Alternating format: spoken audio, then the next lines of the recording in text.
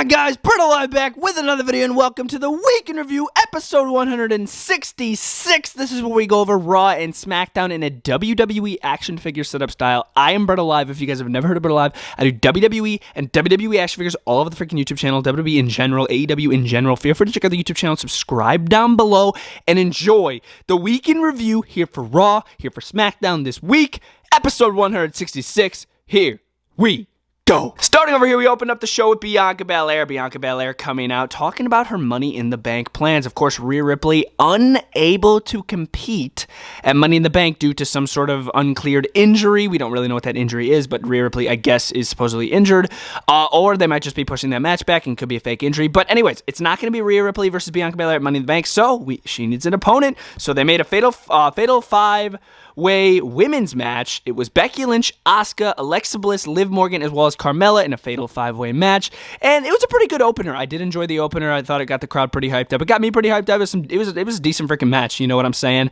In the end, Carmella was able to pick up the victory, and she gained the opportunity to face Bianca Belair at Money in the Bank for the Raw Women's Championship. That really shocked me. I was not expecting Carmella, but once I really started thinking about it, I'm like, okay, who's the one person in that match that you're going to have job to Bianca Belair? It would be Carmella, because it doesn't matter if she loses, because she never really wins anything. So it doesn't really matter if Carmella loses to Bianca Belair. And then I would assume after that match, maybe at SummerSlam, we get Rhea Ripley versus Bianca Belair. Maybe Rhea attacks Bianca after the match at Money in the Bank. Something like that. I could see that happening. Moving over here, it was Angelo Dawkins versus Jay Uso. Last week we saw Montez Ford versus Jimmy Uso. Match was mid, and this week I thought this match was just okay. Angelo Dawkins surprised he was able to pick up the victory over main event Jay Uso. This was not the main event, but he beat main event Jay Uso. I was really shocked. I was like, dude, what? That's main event Jay Uso. What I would have done, I would have had Montez Ford win last week and then have main event Jay Uso win this week. You know what I'm saying? Instead of Jimmy winning last week. I was like, why, dude? This is main event Jay Uso, bro. I thought that was super odd, but of course, they're just building up for their tag team match at Money in the Bank. It was okay. Moving over here, yes, it was Becky Lynch versus Asuka in the main event of the show. Of course, this happened at the beginning of the show, and then Becky Lynch had to fight and try to earn her spot into the women's Money in the Bank ladder match. This was her second opportunity tonight to get in that match, and she's on the poster. She's on the poster for Money in the Bank. She made that very specific to Adam Pearce, and then she got this match. She faced Asuka. Match was pretty mid. In the end, we saw Asuka basically just hit a kick to the side of the head of Becky Lynch. 1, 2, 3. I was like, oh wow, that's the end of the match. I was really shocked. And then Becky Lynch just started going crazy because like, oh, I need an opportunity in Money in the Bank. She'll be on Money in the Bank somehow. I don't know how though. But yes, Asuka did qualify for Women's Money in the Bank. Coming over here, Vince McMahon hyped up John Cena's return happening this Monday on Monday Night Raw. I'm super excited to see what happens with that. But yeah, this is like the second time that Vince has done this. He just came out, did a really short promo about a certain specific thing that's happening in the company, and then he just walked away. I was like, this is very odd. You know what I'm saying? Of course, Stephanie McMahon, I guess, is in control now because Vince stepped down. But I just find this really odd how Vince is doing these little promos. You know what I'm saying? Moving over here was AJ Styles on an episode of Miz TV. Of course, the basic good old Miz TV. He just starts berating AJ Styles, and then the Pitbull came out of AJ Styles. He did a cheap shot on Miz, basically, and then Tommaso Ciampa out of nowhere just attacks AJ Styles from behind. It turns into a one-on-one match. Tommaso Ciampa versus AJ Styles one-on-one. Match was okay. AJ Styles was able to pick up the victory. And don't get me wrong, I love when AJ Styles picks up victories on Monday Night Raw or SmackDown. But Tommaso Ciampa, really, this man, in my opinion, was part of one of the best rivalries of all time in NXT with Johnny Gargano. And he comes up to the main roster here, and he's being treated like an absolute piece of garbage. I don't know why. It's so shocking. But yeah, he lost to AJ Styles. AJ Styles looking like he's going to be going after The Miz. I probably am going to expect the Money in the Bank qualifiers match this Monday Night Raw between Miz and AJ Styles. I could see that happening. But as far as all this goes, it was pretty mid. Moving over here, it was Riddle. Well, first, Riddle cut a promo about Randy, he lost to Reigns, just talking about all his failures, but how he's going to bounce back. And then he faced Omos in the Money in the Bank qualifiers match. I don't like Omos. You guys know how I feel about Omos. I wasn't a big fan of this match. Omos was able to pick up the victory over Riddle, kind of burying him even more. And then to top it all off, Riddle did mention Seth Rollins in his promo, and Seth Rollins doesn't go He does not stay quiet when somebody mentions his name. Seth Rollins comes out and he curb stomps Riddle and he just berates Riddle. And yeah, he just kind of just made fun of him for losing. And of course, yeah, Omos also beat him. So it wasn't a good night for Riddle, if you know what I'm saying. Moving over here, it was Austin Theory coming out. He wanted to redo his pose off. Of course, last week on Raw, Bobby Lashley and Austin Theory had a pose off with the baby oil situation. I thought that was so stupid.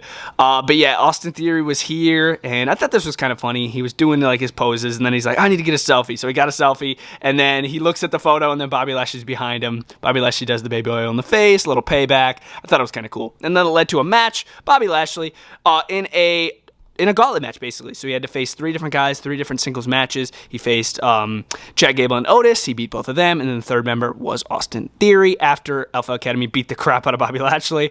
Saying, you got to think that Bobby Lashley's not going to win. But no, he was able to overcome the odds and do a pinning combination on Austin Theory, making Austin Theory not looking too bad, but he still lost. But yeah, so he's going to be able to get his match here in the future for the United States Championship. Find it kind of cool, but I want to see Theory go up against Cena for the United States Championship. I think Theory's going to beat Lashley. I really do. Moving over here, it was the return of Elias. Elias is back. Elias is back.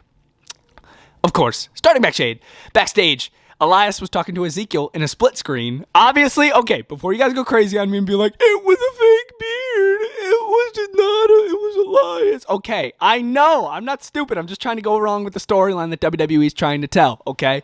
So, Elias and Ezekiel were talking backstage, trying to prove to us that there are actually 2 Eliases, Ezekiel and Elias, they're 2 different people, which I thought that was awesome. They did a little fist bump to touch because to kind of prove that it's not a split screen, but it is.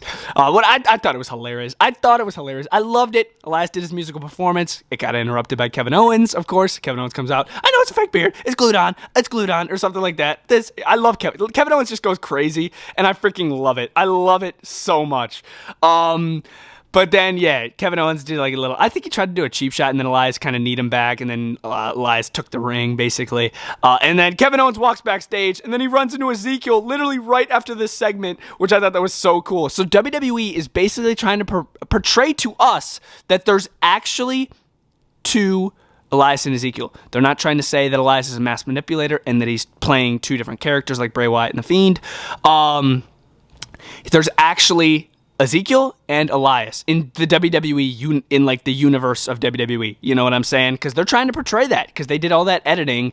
Because obviously that was pre-filmed when he walked into Ezekiel after that, after the segment with Elias. So they're trying to say to us that there's actually 2 of them. You know what I'm saying? Which is very odd. I would have tried to do it like, okay, Elias is trying to make Kevin go crazy because he's Elias one night, and then like, oh, I'm Ezekiel, But no, they did the editing to actually portray to us that there's actually 2 of them in the WWE storyline universe, which I thought was hilarious. That was definitely my favorite part of the show. I was cracking up laughing watching that. But yeah, guys, that was the Monday Night Raw side of things in the end for this show. I'm going to give it a solid... I'm going to give it a 3 out of... No, I'm going to give it a 2 out of 5. I'm going to give Raw a 2 out of 5 for this week. The last hour was brutal to watch, in my opinion, and some of the things were pretty freaking lame, but the Elias crap, I loved it. I don't know how you guys feel about it. Let me know how you feel about it down in the comments below. I'm interested to see more opinions on this. And jumping into the SmackDown side of things, we're going to jump right in. Starting over here, opening match of the night. It was a Money in the Bank qualifiers match. It was Sami Zayn going one-on-one with Shinsuke Nakamura. Of course, Sami Zayn in a Money in the Bank qualifiers match. If he were to win this match, he will go on to Money in the Bank. If he were to win Money in the Bank, he would have to cash in on Roman Reigns, because of course he's an supposed honorary member of the bloodline. So Sami Zayn goes in this match, right? And I'm rooting for Zayn, because if Zayn wins, that will lead to some mad interesting stuff between him and Roman Reigns. So I'm like, dude, I'm rooting for Zayn. Shinsuke never wins jack crap when it comes to big matches anymore. So I was pulling for Zayn. Shinsuke Nakamura did come very close to winning this match in the end. He had the count out victory in the end. He had the count out victory if he just wanted to leave Sami Zayn on the outside, but he didn't. And then Sami Sami Zayn was able to hit a Hallelujah kick and pick up the victory, which I love. I love that. So Sami Zayn's in the Money in the Bank match. Obviously, he ain't winning that thing, but it's still going to be pretty cool to see, like, oh, are you actually, like, is your alliance toward the bloodline actually true, or is it a lie? So I think that's actually kind of cool. Moving over here, it was a 2-on-1 handicap match. It was Lacey Evans and Raquel Rodriguez going up against Sonya Deville. 2-on-1 handicap match. Adam Pearce made this match, trying, I guess, because Sonya Deville abused her power for all those months that she was a WWE official, so I guess Adam Pearce is doing this sort of in a way to just teach Sonya Deville a lesson, if you will. Sonya Deville did come out with Shayna Baszler and Xia Li, just random 2 heels on the roster that are just floating around. So that was stupid. But yeah, Lacey Evans and Raquel Rodriguez were able to pick up the victory in the end.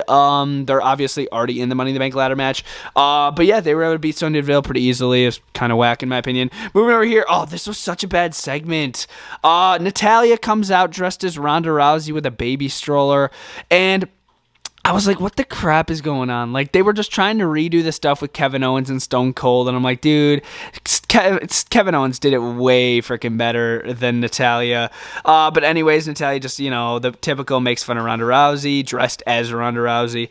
Ronda Rousey comes out, makes fun of Natalya for dressing as her, and then it sort of ends in like a weird beatdown with the stroller. I just felt it was very just unplanned and just very sloppy when Ronda and Natalya started going at it. I found this really lame and really boring. I was really not a fan.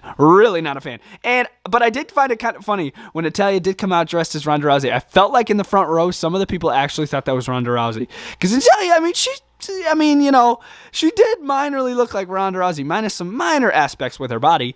But yes, she kind of looked like Ronda Rousey, I'm not going to lie. So she did fool some of the fans. But what am I even saying? Kevin Owens tricked me. I thought he was Stone Cold for a second at Monday Night Raw. Anyways, moving over here was Walter. Gunther going up against Ricochet for the Intercontinental Championship. It was a rematch. Nothing different. Ricochet loses with the powerbomb.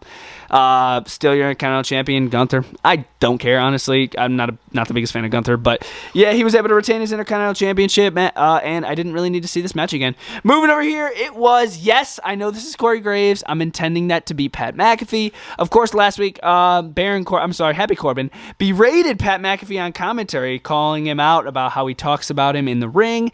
So Pat McAfee responded this week, basically just calling him bum butt Corbin, and then yeah, so he basically called him out for, I believe, SummerSlam. Yeah, he called him out in SummerSlam, not Money in the Bank. It's one of the two. But yeah, he called him out for the a premium live event in the future, and he wants a match with Corbin, and he's definitely going to get it. Am I looking forward to it? Not really. I don't really want to see Pat McAfee in the ring again. I thought WrestleMania was a one-time thing. I thought it was cool. But you never know. Pat McAfee did impress me at Mania. You never know. Could impress me against Happy Corbin. Looking forward to it indefinitely. Moving over here. It was the New Day scheduled in a match going up against Jinder Mahal and Shanky. And the New Day, they sort of said, who wants to see this rematch? Nobody. I'm like, exactly. Thank you, New Day. Thank you for calling that out. But that was all scripted.